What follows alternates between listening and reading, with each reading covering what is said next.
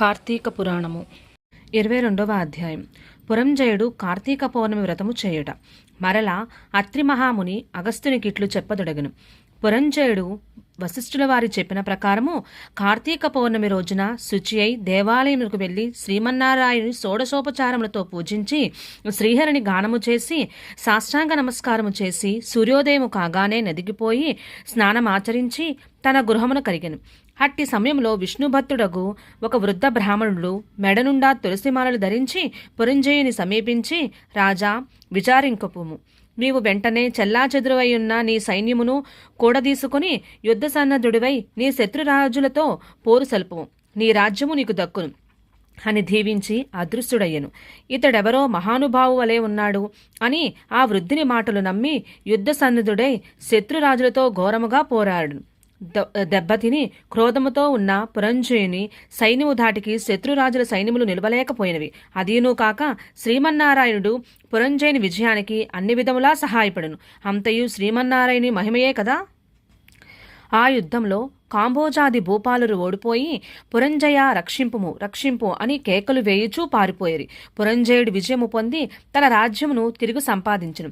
శ్రీమన్నారాయణ కటాక్షములకు పాత్రులైన వారికి శత్రుభయము కలుగుతుందా? విషం త్రాగినను అమృతమే అగును. ప్రహ్లాదునికి తండ్రి విషాన్ని ఇవ్వగా శ్రీహరి అని ప్రార్థించి త్రాగగా అమృతమైనది కదా. శ్రీహరి కటాక్షము వలన సూర్యచంద్రుడు ఉన్నంత వరకును ధ్రువుడు చిరంజీవియే కదా. హరినామస్మరణ చేసిన వారికి శత్రువు మిత్రుడగును. అధర్మము ధర్మముగా మారును. దైవానుగ్రహము లేని వారికి ధర్మమే అధర్మమగును. త్రాడు పామై కరుచును. కార్తీక మాసమంతయు నదీ స్నానం ఆచరించి దేవాలయంలో జ్యోతిని వెలిగించి దీపారాధన చేసినజో సర్వ విపత్తులను పటాపంచులగును.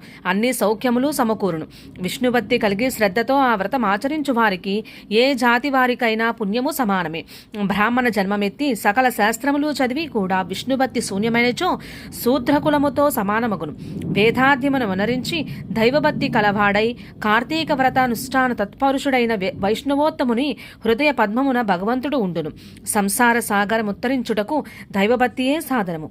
జాతి భేదముతో నిమిత్తము లేదు. విష్ణుభక్తి ప్రభావము వర్ణనాతీతము.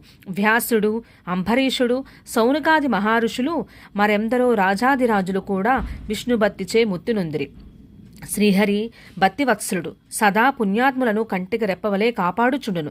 ఎవరికైనను శక్తి లేని ఎడలా వారు తమ ద్రవ్యమును వెచ్చించేనను మరి ఒకరి చేత దానధర్మములు వ్రతములు చేయించవచ్చును. శ్రీహరి భక్తులు అన్యోన్య సంబంధీకులు. అందువలన లోకపోషకుడు భక్త రక్షకుడైన ఆదినారాయణుడు తన భక్తులకు సదా సంపదలు నొసంగి కాపాడుచుండును.